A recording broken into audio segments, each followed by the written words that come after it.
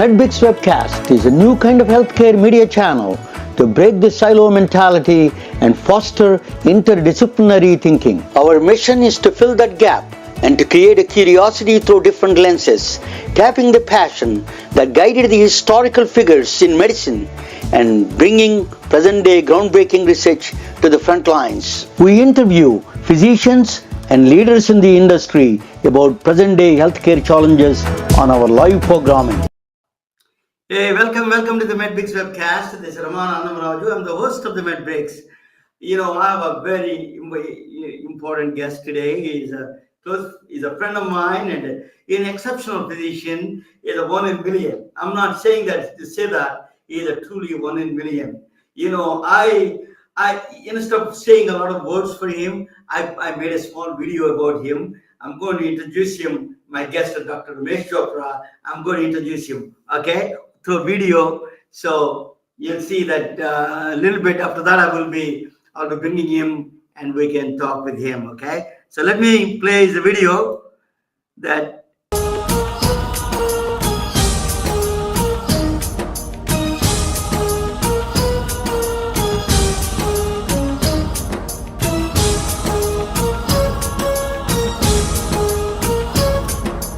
I'm Romesh Japra.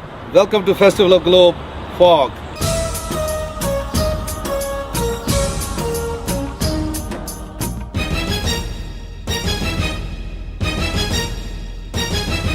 ये दुनिया एक दुल्हन, ये दुनिया एक दुल्हन, दुल्हन के माथे की बिंदिया।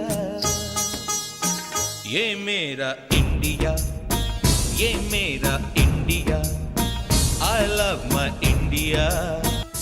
That is not in India, it is in Silicon Valley. He brought India to Silicon Valley when Silicon Valley is no Silicon Valley. Silicon Valley was in essence just a collection of sleepy towns and rural communities far removed from the technological powerhouse it would eventually evolve into.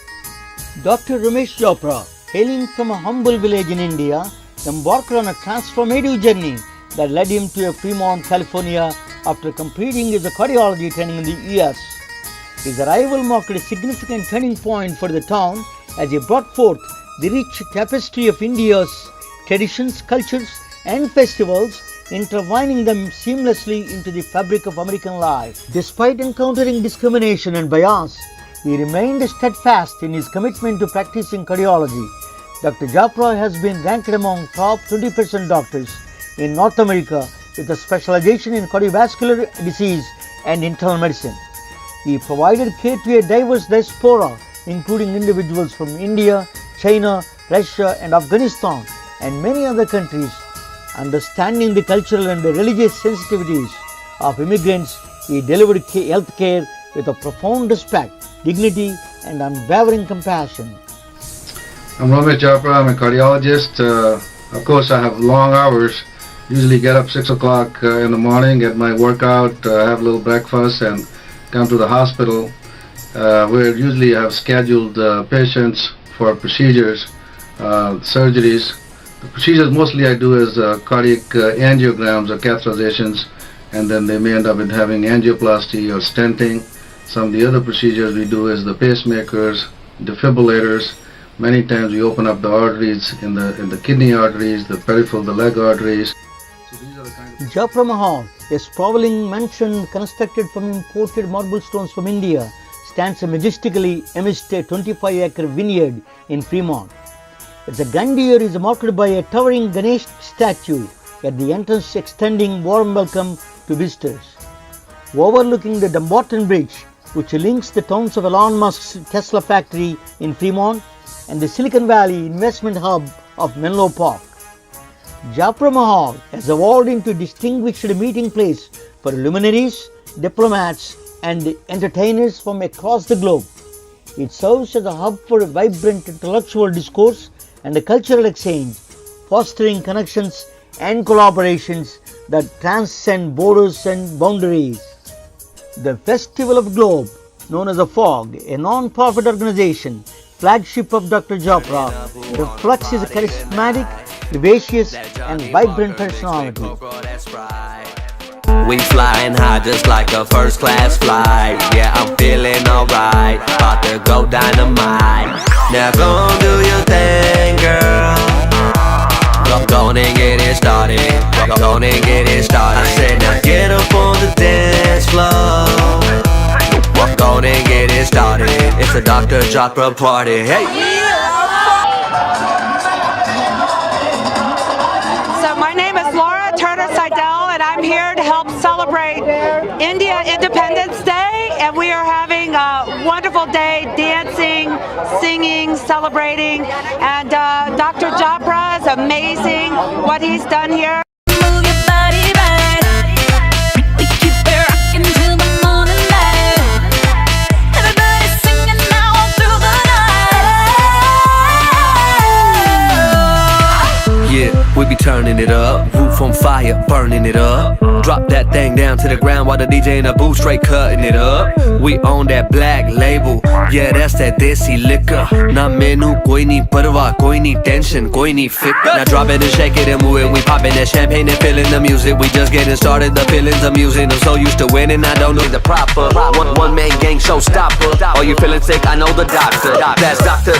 Japra. I'm a king just like Mufasa. We own that Johnny Walker. Beyond the superficial allure of prestige lies a deeper and more profound calling, a commitment to serve communities we live in. In the face of uncertainty, Dr. Romesh Japra lights the way for future physicians. Embrace roles beyond healing, be mentors, friends, activists, coaches, and staunch advocates for the patient's well-being. Dr. Japra embodies the very essence of noble profession, epitomizing the qualities of compassion and leadership that define the doctor. Long live Dr. Japra.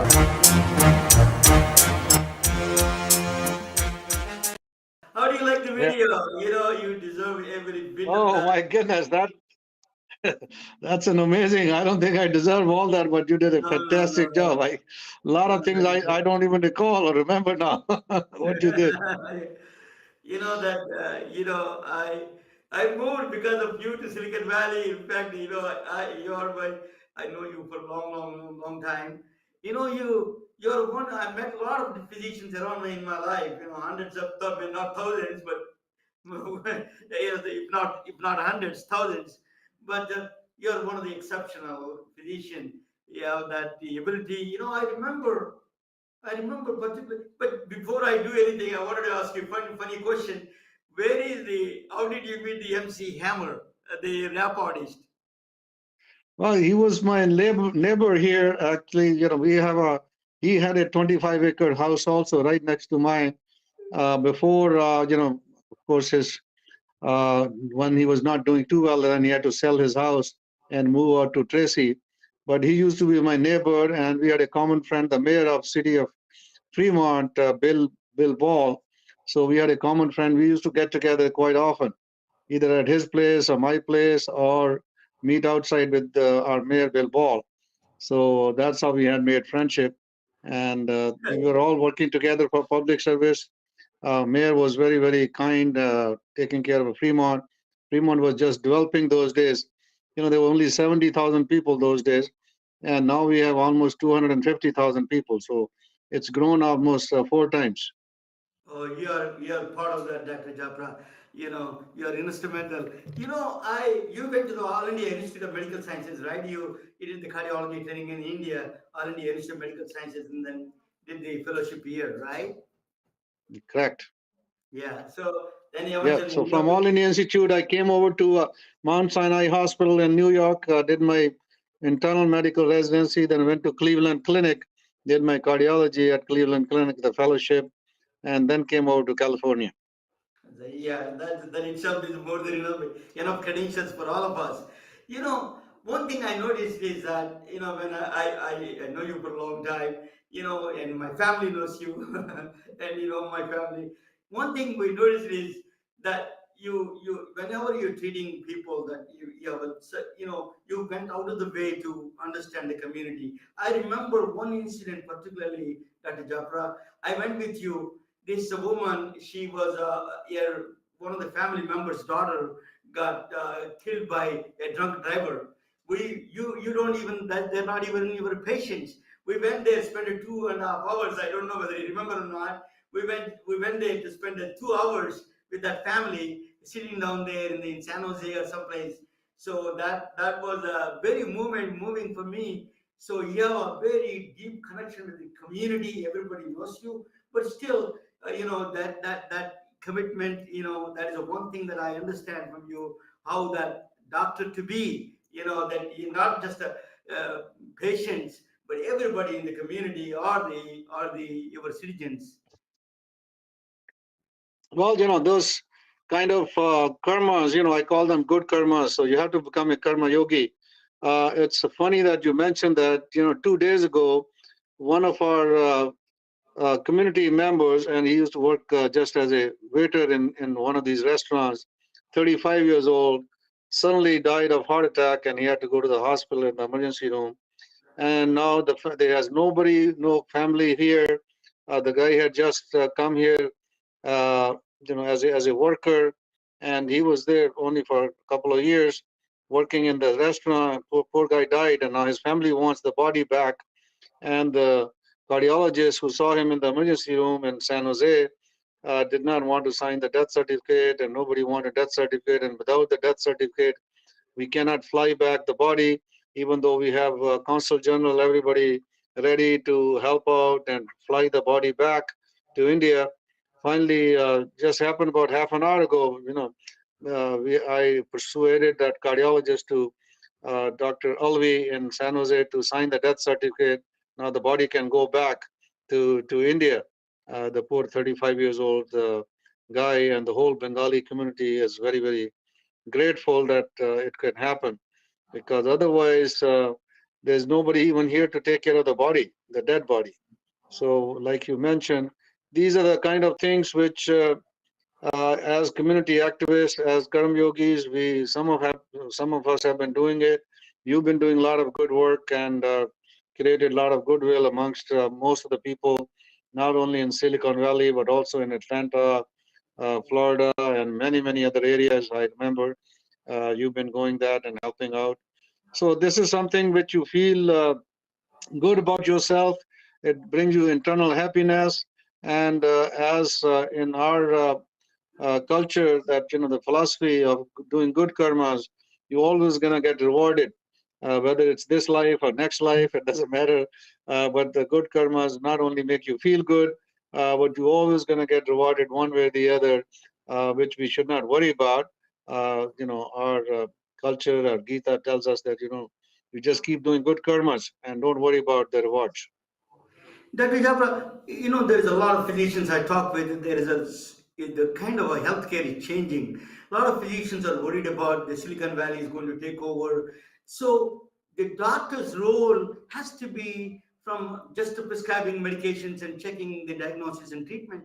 You have to be really like you. That's what I was mentioning in the video. That to be a mentor, a teacher, and a guru, and a friend, and really that is the role of a physician. Is going to be in the future of the physician. Do you think that is going to be evolving into that kind of a direction?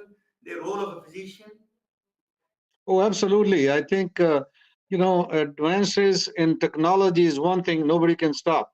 And this is, people think it's going to hurt somebody or take somebody's job. It's going to, but, what I've seen over the last 50 years, I've been a doctor. I've been here since 73 after I did my MD from back home, Ames 73. It's exactly 50 years last year.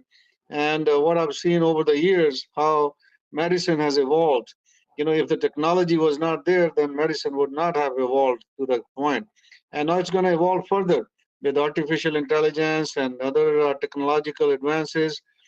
Things have to evolve and get better and better, as long as it is going to benefit the human beings, whether it's going to make it faster, the care is going to be better, the more efficient, and hopefully less surgeries, less interventions, and we can do a lot more prevention, early diagnosis, early intervention.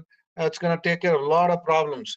And so I have no issues whatsoever with the advances in technology. I think it's going to be the good for the humanity. So it should be welcome, and all the doctors, most of the doctors should welcome it and get into it and try to develop even more advances rather than being a roadblocks. They should be upfront running it so that we can benefit the humanity at large. Not only that, just being a doctor means that you need to be a community activist. You got to, you have to be more than a physician just prescribing medications. Rather than that, you need to be friend and teacher and really move the community as a leader without a non-political way. You move the community into the forward. That is going to be the future of the doctor. Doctor is a well-wisher of that community. Is going to be the role is going to be evolving. I think that's a future of the physician role. If they are worried about the Silicon Valley is going to take over, what do you think, Dr. Japra? No, no, I don't think anybody's going to take over. There's always going to be something better and better in the future, whether they are, in the teaching institutions or whether they're private practice. So, unfortunately, the medicine is never going to go away. There's always, God, nature creates some of these diseases which we never heard of 20 years ago or 50 years ago. And there's always going to be something new, some new challenges, and we have to be always ready to take up those new challenges. But at the same time, one should not be worried about or afraid of that these advancements gonna take care of the whole all the diseases, and then we will have nothing to do. I don't think that's ever going to be the case, because as the advances happen, you just do better and better. And there was a time when we just used to ride only the horse. Now we're riding rockets over there. Within seconds we are going from one end to the other. So that doesn't mean that those horses have become obsolete. The car's not going to be there or something else. There's just like the way of transportation, same way medicine is going to be practiced different way, and we should be always ready for it. And as long as it's for the betterment of individuals and the society at large, it should be welcome. So I don't think doctors have anything to worry about. But at the same time, what you are mentioning, that medical doctor should not be just a doctor in medicine, but overall health, which we always talk about, is not just taking care of the diseases. It's what we call universal health, and and there are some disciplines, as a matter of fact, in our Ayurveda, which we call it as a medicine discipline of the universe, which means it's an overall assessment, right from prevention to the wellness of the person. Even if you have no disease, there are so many things you have to be careful about and taking care of yourself. It's not just the diet, exercise, less stress, and things like that, but a lot more than that about your lifestyle, which should be taken care of, which should be propagated right from the beginning, from children to adults to everybody else, and our seniors. Everybody has a different need, and all those needs should be fulfilled. Talking about Ayurveda, Dr. Japra, I used to go, they used to be invited for a lot of parties, a lot of weddings. I used to see you that in a lot of buffets, a lot of food, Indian parties, you used to, the control that you have on food, you used to go only one time. I never seen you going second time. You have such a control on the food as a medicine. Ayurveda taught us what you talk about. Let us talk about food. How do you eat very simple, straightforward. You don't go second time. How do you manage that, and how can you explain that to the patients and people like us? Well, Ayurveda teaches you that. Basically, when you mention Ayurveda, with Ayurveda, nutrition and food is everything. Okay, and as a matter of fact, they're calling all even their herbs and everything else is part of the food itself. So these are called nutrients and food. So they are not really medicines. So they whether they do have some medicinal values, but we call them in Ayurveda just as part of the food. So the food is teaches you discipline, and once you know that your body is going to be affected, but by not what you eat, but how often you eat, what what times you eat, and simple things when you eating, you should not be just watching TV and talking all the time and ignoring everything. Just standing up and running around and eating. You should be not be having a good breakfast and not have too much for the dinner. And very simple phenomena. As a matter of fact, last week I was one of the chief guests and a keynote speaker at one of those California Ayurveda Association of Medicine in California, where there's one physician had come from Mauritius, who has Dr. E. Sharma, who has introduced this food nutrients in the primary school right from age 6. So he was saying that the habits you develop at the age of 6, the food habits, they're probably going to stay with you for the rest of your life because you develop those tastes and you're going to probably be eating those kind of things.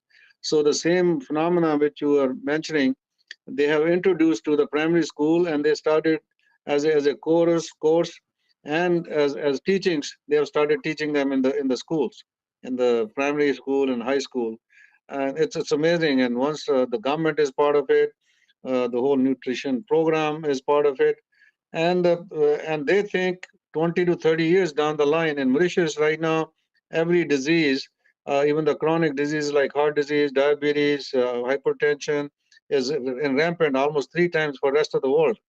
Even whether they're developing countries or developed countries, it's almost 3 times. And they think after introducing this food habits and food values, it's going to go down, way down. But you will not know the results right now, probably 20 to 30 years down the line, because these kids who are doing it now, I think they'll see the results in 30 years. You see that now India is under infested with this diabetes is a chronic disease or taking over India, diabetes and the cardiovascular diseases. What do you think India moved from something technologically went ahead, but in the food and these habits are really killing and creating a chronic diseases. What is your thoughts on that? Yeah. Well, that's actually everything is about your lifestyle. So, food is just one part of the lifestyle. So, your food habits, exercise habits, your relaxations, and your mental health, and we call it, even emotional health, and you can go into even spiritual health if you want to go deeper into it. We can talk about that also. So the physical health is just one part of it. There are 3 other areas where mental, emotional, and spiritual health is also important. So to have to get your lifestyle. Unfortunately, the Western lifestyle is taking over the whole world right now. So some of those countries like India, China, Japan, of course, 40 years ago, they used to call them developing, and now the economic prosperity, comes with this Western lifestyle, where the food habits, too much red meat, too many fried foods, too much available. You get overstuffed, and you end up eating too much. Of course, drinking, smoking, marijuana, some of the other drugs are also affecting, and the rat race. Everybody's running after getting rich with money, not getting richer with the good health and good mental health. I think the richness, the definition has to change. It should not be just how much bank balance you have. It should be how much health richness you have as well. So that is the reason that what's happening to those countries in the East, and even Africa is going to happen the same thing. On top of that, now we can detect diseases a lot more. We can diagnose a lot more. Things are available, and before they were not available. So a good thing is that longevity is increasing even in those countries. So I think overall things are getting better as far as longevity is concerned. Even quality of life in different ways is getting better. There's people are not dying of starvation that much as they used to, and all these infectious diseases are a lot less now what they used to be. But now some of the accidents and some of these other diseases like COVID and others going to come and start killing more, and some of the cancers of the world, which come from all these chemicals, which we sometime inadvertently or unintentionally end up eating or consuming or getting exposed to. So a lot more cancers are coming up. You know, as I mentioned in the video that you brought a culture to India, to Silicon Valley, you didn't go to India. How did you culturally, you were extremely involved in the community. You brought India, you introduced India to the California. In fact, you're one of the leading figure, I mean, the leading person in that area that introducing the culture to California. Tell us a little bit of what is that journey that the cultural thinking into the movies, the Indian cinema, Indian entertainers, the musicians. You brought an array of people from all these years. You never stopped it. Tell us a little bit about that. What inspired you to do that? Well, that's a long story. I don't know if I can probably go, but just briefly, when I came from India, I was in my 20s, 23 years old, and become a doctor, luckily, and did my cardiology and everything. And then I decided at that point that I'm going to spend one third part of my life in my profession, one third with my family, and the other one third into the community. So, in parallel, if you do these things right when you're in your 20s and 30s, I think that's the way to go. But unfortunately, a lot of people try to make a lot of good money. They say, oh, let me make money first and then I can go help the community. I can do this. But by that time, it's too late. Your energy is gone. Your whole stamina is gone.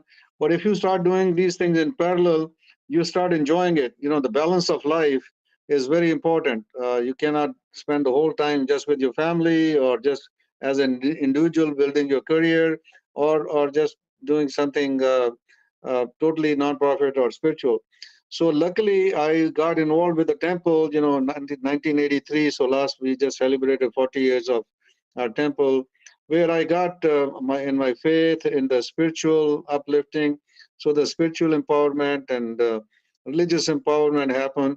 So in 90s, we got an opportunity to have this India Day parade, and then India Festival of India. Later on, we called it Festival of Globe, and then Fog Movie Fest. So then culturally, we wanted to empower our communities. Uh, so we did that almost now 31 years. We've been doing what you mentioned, India Day Parade and the Festival of Globe, where more than 100,000 people show up. And in the globe, it's not just Indian Americans or Hindu Americans. We get people from all over the world, all the other ethnicities, all the other countries. They get involved, and they all come and join us. So, and it's enriching yourself while you enjoying your own culture. You're thriving with your own culture. You're also imbibing it into the next generation, the younger people. Plus, you are also sharing it with the mainstream Americans and rest of the other ethnicities, and you try to know their cultures as well. So culturally, empowerment is huge, and it can really enrich a person a lot. And lately, we have noticed that the political empowerment has become as important. If politically you're not empowered, your community is not empowered, and then they can be, put them under the bus. And look what is happening with the Jewish community now. Even though they have done so well, people are just putting them down. They're difficult for them to survive. So it can happen to any minorities or there any ethnic group communities.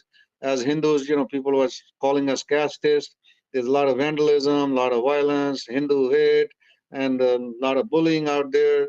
And so we have made a political empowerment organization, Americans for Hindus. So where we are proactively working in Washington, D.C., putting together the caucus, Hindu, Buddhist, Jain, Sikh caucus, and trying to empower our communities. So overall, there are a lot of things besides, just religion and spiritualism and cultural and of course, social entrepreneurship is as important, economic entrepreneurship as we do in Silicon Valley. And of course, in your own profession, whether you're an IT person or scientist or researcher or medical doctor, you need to excel in those fields. And politically also, we have to really feel good about your community and empower yourself so that you don't become part of the menu. You have to be sitting on the table making policies. You should become a policy maker rather than be part of the menu. Otherwise, somebody will eat you up. and whatever's left, probably throw it in the garbage, and it's sometimes difficult to get out of the garbage bag. I grew up as Hindu, but I did not follow that much of a religion. I was basically following it. But I admire the Hindu philosophies, Hindu philosophy. More I learned about physics, more quantum physics I learned, more about the higher dimensions, Maya, the holographic principles of the physics. Really, I started admiring the Hindu philosophy, how much the depth they have, Hindu religion and the philosophy in the and how much they can teach the physics part of it. Actually, they can teach us in the physicists and scientists. It teach us a little bit and give us something interesting. And all the religious advanced sciences and everything is pointing to that direction of Hindu philosophies. That is a very stunning to me. So just comment on your love for Hinduism and Hindu philosophy. No, and everything else, change the language. Elon Musk is putting even these small uh, Neuralink. transformers in your brain, and then make you think and make you move. So there's a lot more advancement, and we should not be shocked at any of these things. These things are possible. That's when you said that what people going to do. That thinkers like you, who think ahead of the time and who are visionaries, who think don't leave anything to imagination. Anything is possible. Nothing is impossible. So those with that kind of attitude and that kind of ideology, we can keep moving ahead. So it encourages us. It makes us visionaries and believers. Dr. Japra, so let us talk about Festival of Globe a little bit. You're doing a lot of functions. You mix them all Hindu, Indian functions. Now with the next week is coming as a Holi, right? This weekend is a Correct. Holi. Let me bring that to the Holi thing that I want to show you. That is if you are around there, March this Saturday, right, Dr. Japra? Yes, This Saturday, Saturday. the March the 23rd. So we'll have more than 10,000 people over there who'll join us and play colors.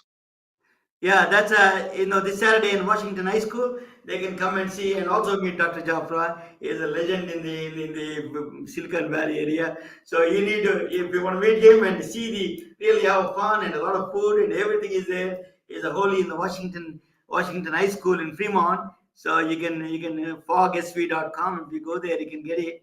So that is thing. Dr. Japra, I wanted to ask you. Let me just 1 second. Yeah. So let me ask you. So what do you think of you're always fashion is I learned from you how to look good on camera, how to look good I on don't know.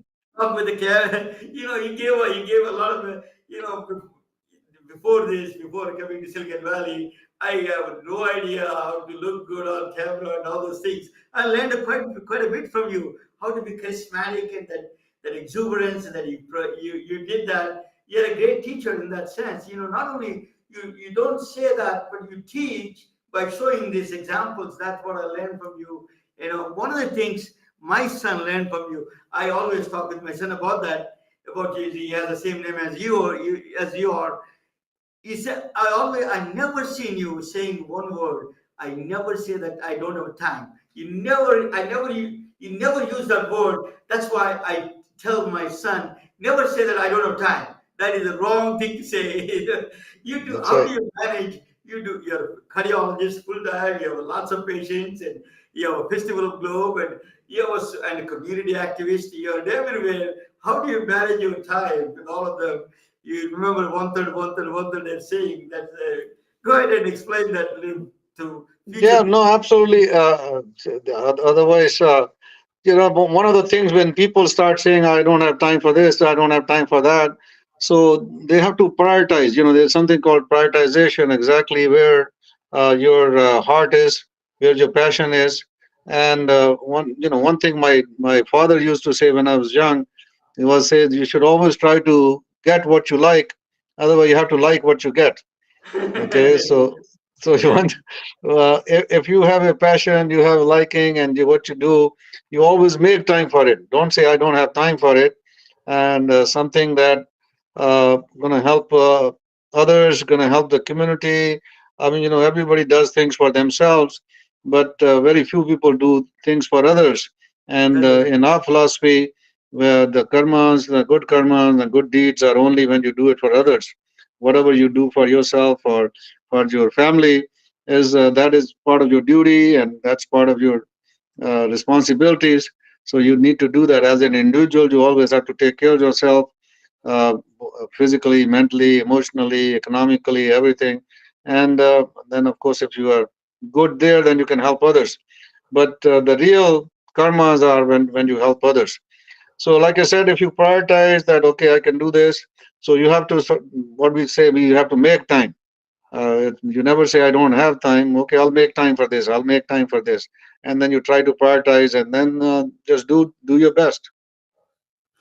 Dr. Japra, I'm going to ask you a little tough question now. This is a little bit of a Hindu philosophy side of it. What do you think of life and death? What do you think Well, of? well, life and death actually, like that's all we're talking about the life. See, all these things which we talked about when you live, and then you not only live, but you have to be lively.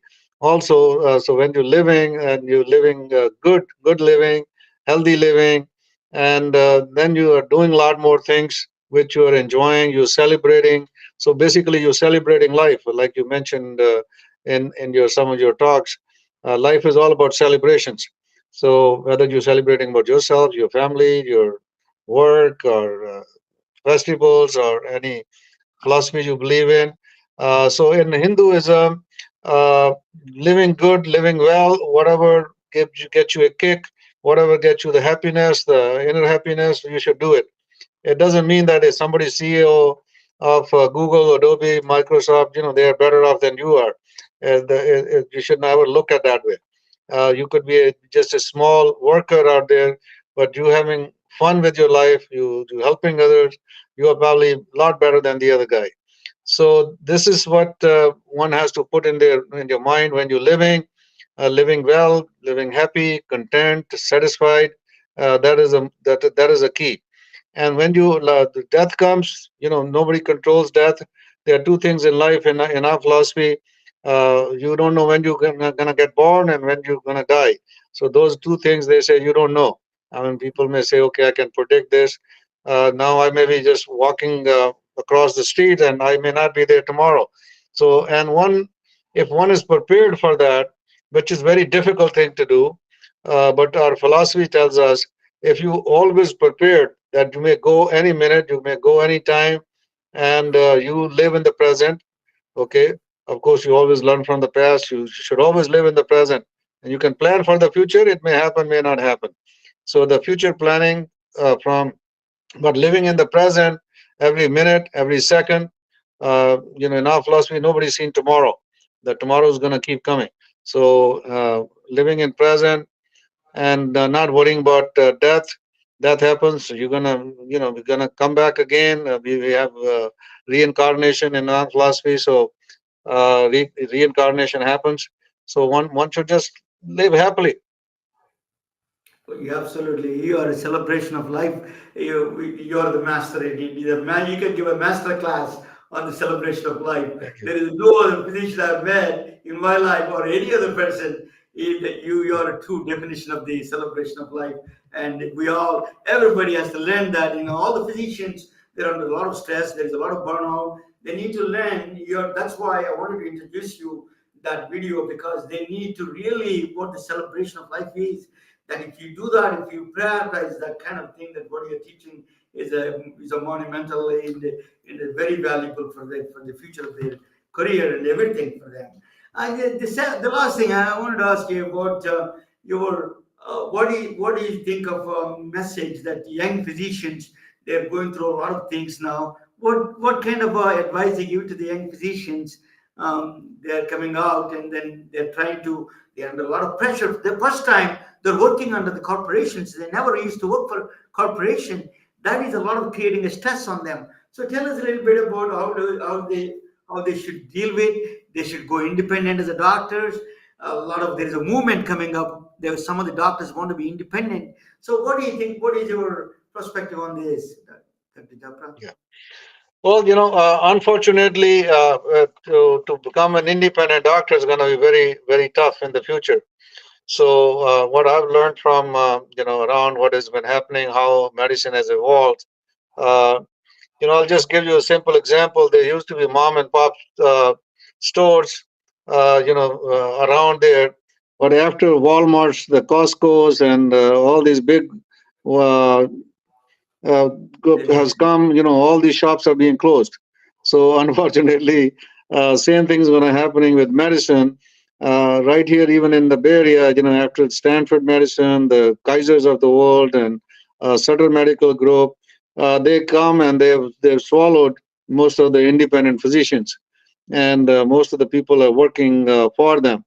And even the youngsters, the young physicians, um, so what in the past used to be, they were very passionate about taking care of the patients and healing, and those kind of passions were there in physicians. But these days they're taking it, like you said, as a profession, and they want to work 9 to 5, or if they have to work some weekends, or fine, or they just work hospitalist and work 40 hours a day. So there's been a lot of division. It's not like us when we used to take care of our clinics. We go to the hospital, we do the procedures, we take the night calls, we do all kind of acute MIs and heart attacks. Those things have gone now. So people either work as an outpatient, or they work as a hospitalist, or only as an interventionist, and they have, they take calls, and 8 hour calls, 12 hour calls, or 24 hours, and then they go away. So that is going to be the future, and most of the youngsters also getting used to it. They want to work 40 hours a week and have their own lifestyle, which may not be a bad idea. And hopefully, with the AI and precision medicine coming in the future, their work load may get lesser and lesser, and a lot of these things may be done by bots out there, including surgeries, and we may be just supervising and doing it, sitting on the computer and doing it, and thinking more for the future progress in medicine and the development in medicine. So I think that's going to be the future. So one should just uh, go along with it, rather than worrying that good old medicine was the best way to do it. Of course, the human touch, the personal touch may not be there, but maybe the AI can bring that back also. The personal touch in a different way, or the emotional touch. I saw one recently, one movie where this, even your girlfriend is a bot, and then you fall in love with them. So it's amazing, and then a person cannot get away from it. He doesn't want to marry the real person. He just only wants to marry the bot, because the relationship, the emotional attachment was so much. That may happen in medicine also. Some of the patients may feel the same thing with the bots, if they are that caring and that passionate. So sky's the limit. So I'm looking at those kind of things, rather than having a human touch. Even the robot or the bot touch may be as good, or even better. Dr. Japra, no one can replace you. Trust me about I this. don't know what You have that. a heart of gold. You know how to. You have a heart of gold. Even having made mistakes, and you know how to excuse them and look beyond that. It is one of the purest human character you have. It's a more than it's a more than anything to me. You're really an exemplary physician. You're a brilliant physician, exemplary in every way. You're a community activist, you're a teacher, you're a guru, you're a mentor, you're a friend and a brother, all of them embodied in you. You're one of the true spirits of the physician, being a physician. Thank you so much. I'm going to play one more time the video. It was a little bit of a different. I'm going to play the video that I played again. I'm going to play it now. Thank you so much, Dr. Japra. This is my video. Thank you. I'm gonna take off, and go ahead, and you can play it. I'm good. Yeah, I'm going to play this I video. have another meeting at 7 o'clock, so I'm gonna get ready for that. I'm going to thank you Oh, so much. Yeah. thank you. Okay. Thank you.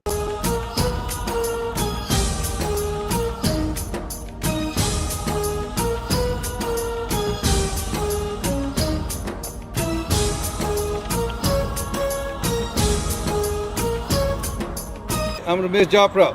Welcome to Festival of Globe Fog.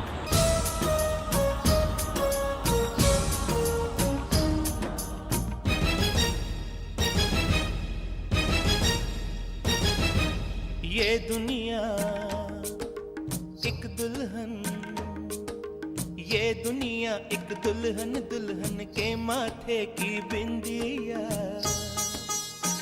ये मेरा India ये मेरा India I love my India. That is not in India, it is in Silicon Valley. He brought India to Silicon Valley when Silicon Valley is no Silicon Valley. Silicon Valley was in essence just a collection of sleepy towns and rural communities far removed from the technological powerhouse it would eventually evolve into.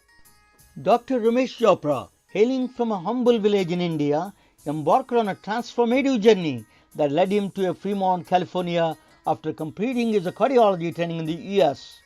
His arrival marked a significant turning point for the town as he brought forth the rich tapestry of India's traditions, cultures, and festivals, intertwining them seamlessly into the fabric of American life. Despite encountering discrimination and bias, he remained steadfast in his commitment to practicing cardiology.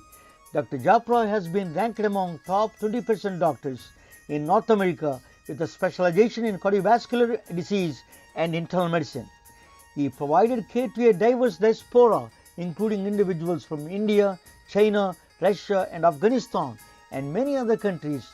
Understanding the cultural and religious sensitivities of immigrants, he delivered health care with a profound respect, dignity, and unwavering compassion. I'm Romesh Japra. I'm a cardiologist. Of course, I have long hours. Usually get up 6 o'clock in the morning, get my workout, have a little breakfast, and come to the hospital where usually I have scheduled patients for procedures, surgeries. The procedures mostly I do is cardiac angiograms or catheterizations, and then they may end up with having angioplasty or stenting. Some of the other procedures we do is the pacemakers, defibrillators. Many times we open up the arteries in the kidney arteries, the peripheral, the leg arteries. So these are the kind of Japra Mahal, a sprawling mansion constructed from imported marble stones from India, stands majestically amidst a 25-acre vineyard in Fremont. Its grandeur is marked by a towering Ganesh statue at the entrance extending warm welcome to visitors. Overlooking the Dumbarton Bridge, which links the towns of Elon Musk's Tesla factory in Fremont and the Silicon Valley investment hub of Menlo Park, Japra Mahal has evolved into a distinguished meeting place for luminaries, diplomats, and entertainers from across the globe. It serves as a hub for a vibrant intellectual discourse and a cultural exchange, fostering connections and collaborations that transcend borders and boundaries. The Festival of Globe, known as a FOG, a non-profit organization, flagship of Dr. Japra, reflects his charismatic, vivacious, and vibrant personality. We flying high just like a first class flight. Yeah, I'm feeling alright, about to go dynamite. Now go do your thing, girl. Go and get it started. Go and get it started. I said now get up on the dance floor. Go and get it started. It's a Dr. Japra party. Hey. So my name is and I'm here to help celebrate India Independence Day, and we are having a wonderful day dancing, singing, celebrating, and Dr. Japra is amazing what he's done here. Move your body right. We keep it rocking till the morning light. Everybody singing now all through the night. Yeah, we be turning it up. Roof on fire, burning it up. Drop that thing down to the ground while the DJ in the booth straight cutting it up. We own that black label. Yeah, that's that desi liquor. Na menu koi nahi parwa, koi nahi tension, koi nahi fikr. Now drop it and shake it and move it. We popping that champagne and feeling the music. We just getting started, the feelings amusing. I'm so used to winning, I don't know the proper. One man gang showstopper. Are you feeling sick? I know the doctor. That's Dr. Japra. I'm a king just like Mufasa. We own that Johnny Walker. Beyond the superficial allure of prestige lies a deeper and more profound calling, a commitment to serve communities you live in. In the face of uncertainty, Dr. Romesh Japra lights the way for future physicians, Embrace roles beyond healing. Be mentors, friends, activists, coaches, and staunch advocates for the patient's well-being. Dr. Japra embodies the very essence of noble profession, epitomizing the qualities of compassion and leadership that define the doctor. Long live Dr. Japra.